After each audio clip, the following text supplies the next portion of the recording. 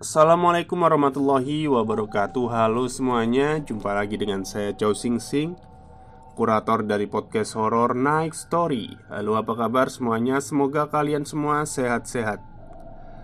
Seperti biasanya, pada hari ini saya kembali dan akan menghadirkan sebuah kisah mistis untuk kalian semua.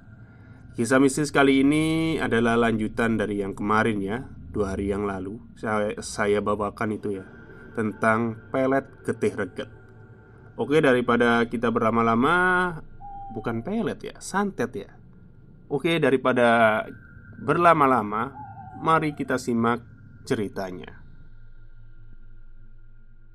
Setelah berkata itu, Dira pun berlalu, meninggalkan aku dengan sejuta pertanyaan. Dira yang sekarang kulihat sangatlah alim, rajin beribadah, bahkan rela tak tidur hanya untuk menyambung sholat tahajud ke sholat subuh. Tapi kenapa Dira memiliki dendam dalam hatinya yang begitu membara? Apakah memang guna-guna putra sudah benar-benar hilang dan menyadarkan Dira? Untuk menjawab semua itu, aku akhirnya memutuskan untuk bertahan mendampingi Dira. Dan aku sering menanyakan kabarnya ke Mbak Dia. Setiap saat aku sempatkan waktu untuk bermain ke rumahnya, hingga aku, Dira, dan Putra jadi begitu akrab.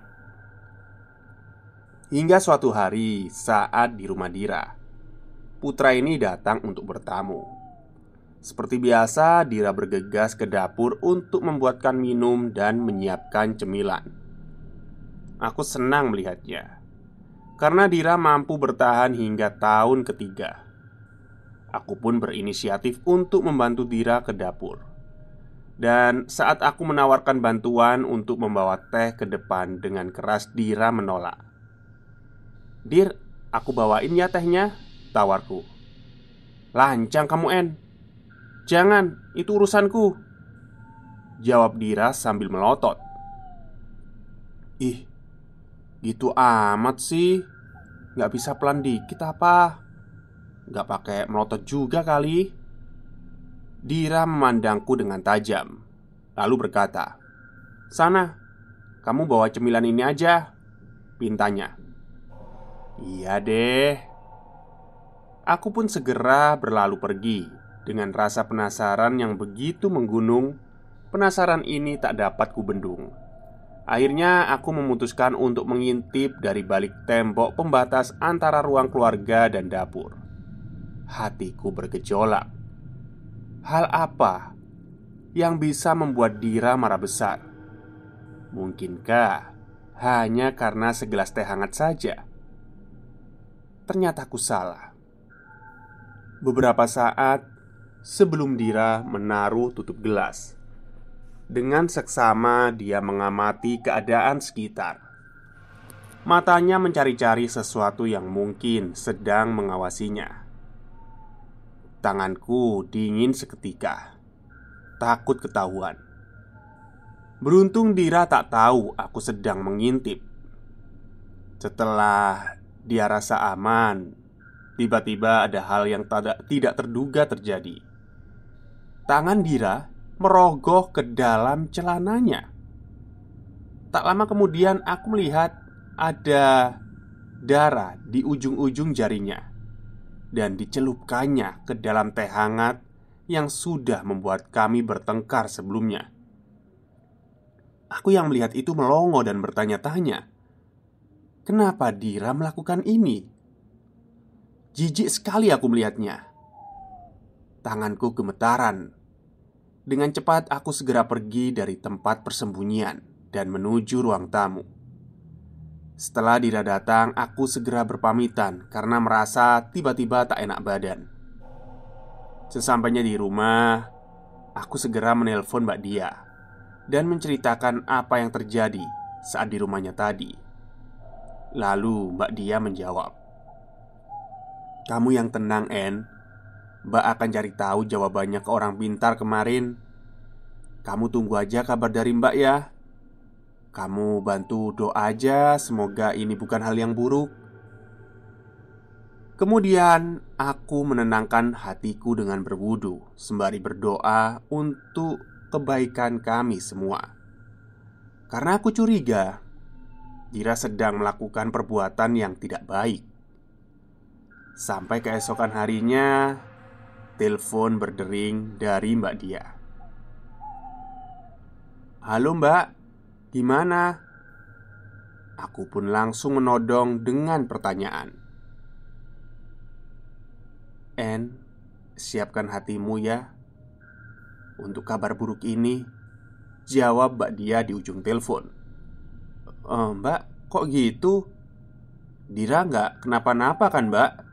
Lanjutku bertanya. "Dira baik, En. Bahkan kata orang pintar, Dira ini sudah tidak dibawa pengaruh guna-guna atau pengasihan." "Terus kabar buruknya apa Mbak?" "Dira, En. Dira berniat balas dendam. Namanya pelet getih reget atau pelet darah kotor." Aku kaget dong. "Astagfirullah Mbak, yang bener." "Iya, En. Kata orang pintar itu, seperti halnya pengasihan, darah menstruasi ini bisa menundukkan orang yang ia tuju, orang yang ia sebut namanya, atau kalau bahasa Jawa wong sing disambati. Efeknya juga pasti sesuai dengan kehendak si empunya." Mbak juga nggak nyangka, En, kenapa bisa Dira berbuat seperti ini. "Mbak, sabar ya. Meskipun aku rasa ini patut, tapi ini udah nggak wajar. Bagaimana soal nanti imbal baliknya Mbak?" Tanyaku kembali. "Untuk imbal baliknya, orang pintar itu nggak mau menjelaskan banyak. Namun, beliau berkata, jika sampai nanti Dira dan Putra bisa bertahan sampai menikah, Putra akan selamanya tunduk dan tidak akan bisa menolak apapun kemauan Dira. Dan jika keduanya putus, maka Putra yang akan kesulitan berjodoh. Bahkan wajah Dira akan terus membayangi Putra sampai kapanpun." "Astagfirullah Mbak, gak nyangka ya Dira kok bisa melakukan hal ini." "Siapa sih yang nyangka kayak gitu, En? Mbak juga gak nyangka. Terus sekarang kita harus gimana Mbak?" "Kita harus bisa menghentikan perbuatannya, En. Ini termasuk dosa, syirik jatuhnya. Kalau Dira seperti ini, takutnya ini bisa jadi berbalik padanya." Aku yang berada di ujung telepon hanya bisa bingung mendengar perkataan dari Mbak Dia. "Yang sabar Mbak. Kita sama-sama berdoa agar tidak terjadi apa-apa." "Iya, En. Mbak berharap seperti itu. Kamu tetap bantu Mbak ya." "Iya Mbak, pasti kok. Tapi gimana caranya ya Mbak? Dira yang sekarang kan keras kepala banget." "Ya, kita pikir bareng-bareng lah. Please, tetap bantu aku demi kebaikan Dira," pinta Mbak Dia lagi. "Oke deh Mbak, aku tunggu kabar selanjutnya saja." Selang beberapa bulan kemudian, tiba-tiba Dira seperti hilang di telan bumi. Tidak ada kabar beritanya. Kami sudah lulus sekolah dan Dira sudah mendapatkan pekerjaan. Menurut Mbak Dia, semenjak bekerja, Dira ini sering gonta-ganti nomor telepon. Untuk pulang pun hanya sekali dalam 1 minggu. Padahal jarak rumah dengan tempat kerjanya itu hanya 30 kilometer per jamnya. Karena penasaran, akhirnya aku mendesak Mbak Dia untuk bicara. "Mbak, sebenarnya ada masalah apa sih Mbak? Kok sampai kesannya Dira itu kayak orang minggat? Gak jelas kabarnya." "Aku bingung mau jelasinya El. Aku takut kamu tambah bingung juga," tambah Mbak Dia. "Ya mending aku bingung Mbak, daripada gantung gak ada kepastian kayak gini." Akhirnya Mbak Dia mau bercerita. Oke, ya sudah, aku ceritakan dari awal.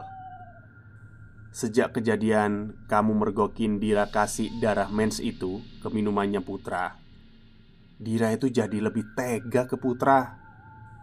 Bahkan Putra ini sampai sering loh nangis dan memohon-mohon kalau lagi bertengkar sama Dira. Aku pernah dengar Dira minta Putra buat ngembaliin keadaan seperti semula. Dira minta keperawanannya dikembalikan. Putra hanya bisa menangis dan bersujud di kaki Dira. Ketika aku ingin menengahi, Dira malah melotot dan ngancem bakalan bikin Putra tambah sengsara. Aku juga heran, kenapa sih Putra itu bisa setakut itu sama Dira? Bahkan orang tua aku aja nggak bisa ngehalangin kemauannya Dira. Akhirnya Putra ingin nebus dosanya dengan menikahi Dira. Namun dengan syarat usia Putra harus 19 tahun. Sambil menunggu itu, si Putra ini pamit pergi bekerja di luar provinsi. Harapannya dalam waktu 1 bulan dia akan pulang dan bisa menikahi Dira. Namun ternyata dalam masa penantiannya itu Dira justru meninggalkan rumah dengan alasan bekerja.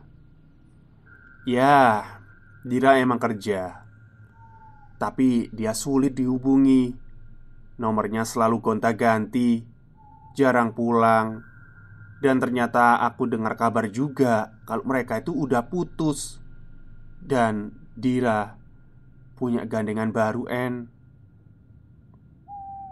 Aku pun terkejut dan kaget. "Dira kok jadi bisa separah ini ya Mbak?" tanyaku. "Nggak parah lagi, En. Ini udah gila. Hari, tanggal udah ditentuin. Dianya malah kabur dan ninggalin Putra. Bahkan sekarang punya cowok baru. Setiap malam Putra itu telepon aku sambil nangis-nangis. Usaha di sana kerjanya kasar, buka lahan. Di hutan sinyalnya susah. Terus bisa pegang HP itu kalau malam aja. Malah Diranya yang kayak gini." Aku pun gak bisa berkata apa-apa lagi. Oke, fix. Aku harus ketemu Dira dan nanya maunya apa. 1 minggu kemudian, hari Sabtu, aku nekat ke kota sebelah untuk menemui Dira. Dari alamat yang diberikan Mbak Dia, sangat mudah untuk menemukannya. Kami pun akhirnya bertemu dan ngobrol. "Dir, kok kamu sekarang jadi kayak gini sih? Kamu kalau kesini hanya buat hakimin aku, mending kamu pulang deh." "Nggak gitu, Dir. Kamu itu kan pada dasarnya orang baik. Tapi kok tiba-tiba kayak gini sih?" Aku itu udah capek banget ya ngadepin Putra. Aku sejak awal emang udah keliru. Kenapa milih dia? Kenapa mentingin tampang doang? Kurang apa aku? Aku udah sabar. Aku nurutin apapun kemauan dia. Ternyata dia manfaatin aku. Bahkan dia tega main tangan sama aku.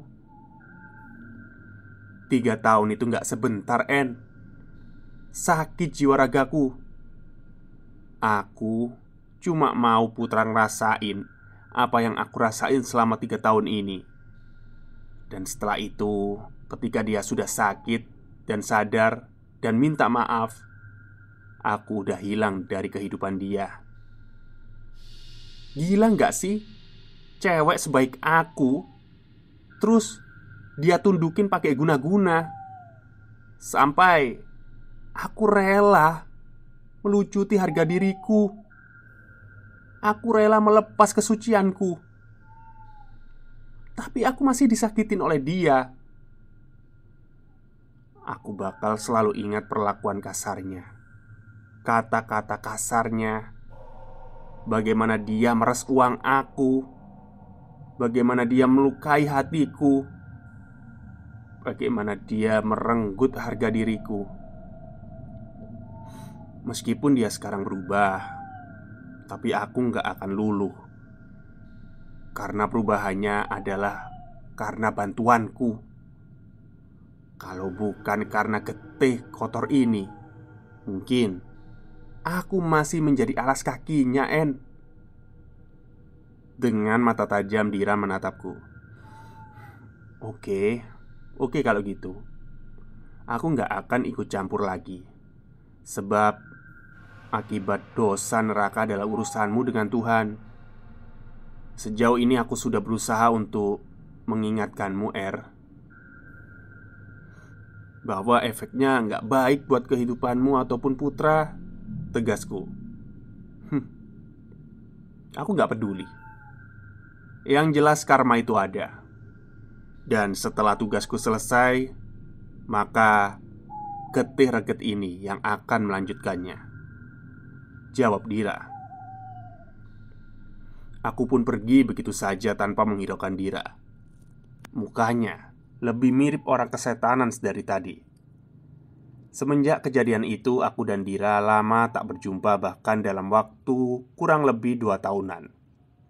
Hingga pada awal bulan April 2012, tiba-tiba HP-ku berdering. Kulihat ada nama Putra. Dia memanggilku. Akhirnya aku buru-buru angkat. "Halo? Ada apa ya?" tanyaku. Sambil menangis, Putra bertanya, "En, bener ya besok Dira mau ijab kabul?" "Hah? Aku nggak tahu. Soalnya udah hampir 2 tahun aku nggak ketemu dia. Siapa yang ngasih kabar kamu?" tanyaku balik. "Aku tahu dari teman kita. Selama ini aku udah berusaha jaga hubungan kami. Meski kami jauh, aku intens hubungi dia tiap malam. Perjuanganku kurang apa ya, En?" curhat Putra. Telingaku rasanya sudah tak tahan mendengar tangis Putra. Lalu dengan jahatnya aku tutup telepon itu dan bergegas menghubungi Mbak Dia. "Halo Mbak." "Iya halo. Kamu pasti mau tanya soal Dira kan?" "Iya Mbak." "Iya. Dari tadi Putra menelponku, tapi aku nggak bisa ngangkat teleponnya." "Kenapa bisa jadi kayak gini Mbak?" Ini udah jadi pilihannya, En. Mbak bisa apa? Mbak sebenarnya kasihan, tapi gimana lagi? Kalaupun dilanjutkan dengan Putra, Mbak yakin mereka nggak akan bahagia. Aku bisa bicara dengan Dira, Mbak. Tunggu ya." "Halo, ada apa ya, En?" Dir, keputusanmu udah benar-benar kamu pertimbangkan?" "Udah, En. Hidupku harus berlanjut. Aku nggak boleh stuck ke belakang. Aku telah menemukan pria yang baik hati dan gak pernah mengungkit masa laluku. Dia lebih dari yang kuminta ke Allah." "Apa kamu masih ingat apa yang kamu perbuat ke Putra?" "Iya, masih ingat, En. Sudah kukatakan kan, tugasku selesai dan biar getih kotor itu yang melanjutkan tugasnya. Itu sudah bukan urusanku lagi." Aku sudah gak mau membahas itu lagi. Aku udah bertobat. Aku masih bingung dengan apa yang kamu maksudkan, Rah. Saat pertama kali kucelupkan getih itu dalam minumannya, sejak itu aku menyebutkan nama dan keinginanku terhadap dia. Rapalan itu tak akan kuberitahukan kepada siapapun. Biarlah Putra yang mengalaminya. Nama, weton, niat, rapalan lainnya biarlah jadi catatan kelamku N. Sekarang aku sudah berada di masa depan. Aku melepaskan semua itu, mendekatkan kembali diriku kepada agama. Ya, aku mungkin adalah pendosa, namun aku ingin berubah sekarang. Jangan halangi aku. Turutlah bahagia atas perubahan baikku ini. Turutlah bergembira atas ketegaranku selama ini. Untuk dosa atas masa lalu, biarlah aku yang menanggungnya. Dan kumohon kasihanilah aku dengan tidak mengungkitnya lagi, karena sudah ada lelaki baik yang rela menanggung dosaku juga. Aku pun hanya bisa terdiam mendengar cerita dari Dira. En, hari ini aku melakukan ijab kabul. Doakan aku ya. Iya. Aku hargai segala yang kamu lakukan, Dir. Doaku selalu baik untukmu. Semoga kamu istiqomah ya. Amin. Percakapan kami berakhir dan hatiku berdebar kencang seakan tidak percaya dengan apa yang terjadi. Pelet, aji pengasihan yang dikalahkan oleh getih reget. Hal yang tak masuk akal namun dialami oleh orang terdekatku. Semenjak itu, Putra sering menghubungiku guna mendapatkan informasi tentang kehidupan Dira. Bahkan, seringkali dia menangis dan bercerita padaku tentang perasaannya. Bahkan tak jarang Putra menelponku dalam kondisi mabuk. Dia mengaku hampir gila karena bayangan Dira terus saja ada di depan matanya. Dia mengaku penyesalannya yang telah mensia-siakan Dira selama itu. Putra merasa sekarang hidupnya sulit dari segi apapun. Aku hanya bisa menenangkan hatinya dengan sedikit semangat dan saran agar dia tetap melanjutkan hidupnya untuk bertobat. Semenjak itu Putra pun hilang tanpa kabar. Sampai kurang lebih 5 tahun usia pernikahan Dira, saat Dira mengandung anaknya yang kedua. Dira bercerita padaku waktu itu. Tiba-tiba Dira SMS. Wah, senang ya melihatmu bahagia. Selamat atas kehamilanmu. Dira menodongku dengan pertanyaan, apakah aku yang memberitahukan kepada Putra? Aku pun mengelak karena memang sudah lama Putra menghilang. Lalu keesokan harinya kembali lagi ada SMS masuk. Sebenarnya aku hanya merindukanmu hingga sengaja lewat depan rumahmu. Kemudian Dira bercerita padaku atas kejadian ini. Kamu sih Dir, aneh-aneh aja. Kenapa sih harus dibalas dengan jalan yang sama? Gak bisa apa lebih rajin ibadah dan menyerahkan semuanya kepada Allah? Aduh, itu lagi yang kamu bahas, En. Ya sekarang kan udah aku serahin semuanya pada Allah. Emang kamu gak takut apa kalau Putra berbuat nekat? Mau nekat? Buka rahasia? Aduh, suamiku itu udah tahu semuanya. Aku jujur sama dia, kecuali soal getih-reget itu. Sudahlah Dir, aku lama-lama takut juga sama kamu. Iya makanya biarin aja tuh Putra, gak usah ditanggepin. Iya deh, terserah kamu. Sejak itu Dira sering menerima SMS dari nomor HP yang sama. Meskipun Dira berganti nomor ya tetap saja dia tahu. Nggak tahu caranya gimana. Bahkan ada 2 HP, 2 SMS yang bikin heart attack yang Dira tunjukkan padaku. Yang pertama itu ada kata-kata, sampai kapanpun akan kutunggu jandamu. Yang kedua, apa yang sudah kamu berikan padaku sehingga aku seperti ini? Tolong jika aku salah, maafkanlah. Namun tidak pernah satu SMS pun Dira balas. Bahkan kabar terakhir yang aku dapat, sampai sekarang putra ini kesulitan untuk mendapatkan jodoh. Ketika ada perempuan yang mau untuk dinikahi namun orang tuanya tidak merestui, dan ketika ada orang tua perempuan yang merestui tapi perempuan ini sulit untuk diajak nikah. Usut punya usut, putra ini sulit untuk menemukan perempuan idaman karena dia maunya sosok yang seperti Dira. Bayangan Dira selalu ada dalam hidupnya. Terkadang tak sampai hati aku memikirkan hal itu. Merasa nggak mampu kalau menjadi Dira maupun putra. Dan bagaimana dengan Dira? Mungkin memang belum waktunya teguran itu datang.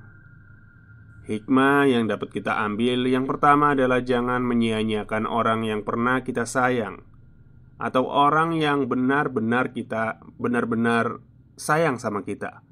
Karena karma itu lebih kejam daripada mertua. Yang kedua, jangan pernah melakukan hal syirik karena Yang Maha Kuasa itu tahu dan pasti ada karmanya. Untuk hikmah yang lain ya saya kira pembaca sudah tahu ya. Terima kasih. Wassalam.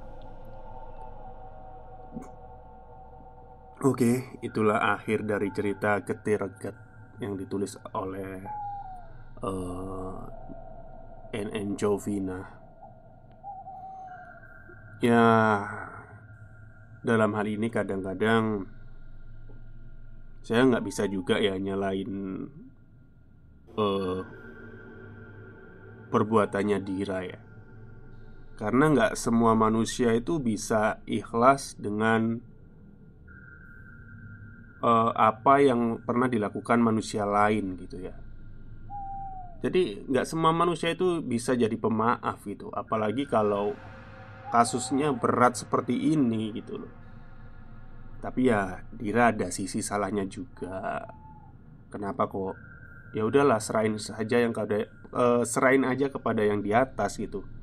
Daripada pakai hal-hal kayak gitu gitu kan. Kan jatuhnya syirik ya.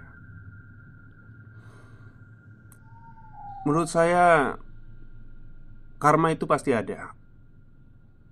Entah itu cepat, entah itu lambat, balasan itu pasti ada. Ya mungkin kita sekarang bisa melihatnya bersenang-senang ya. Tapi kita nggak tahu kedepannya dia seperti apa. Baik, oke itu aja dari saya. Semoga kalian semua suka ceritanya. Wassalamualaikum warahmatullahi wabarakatuh.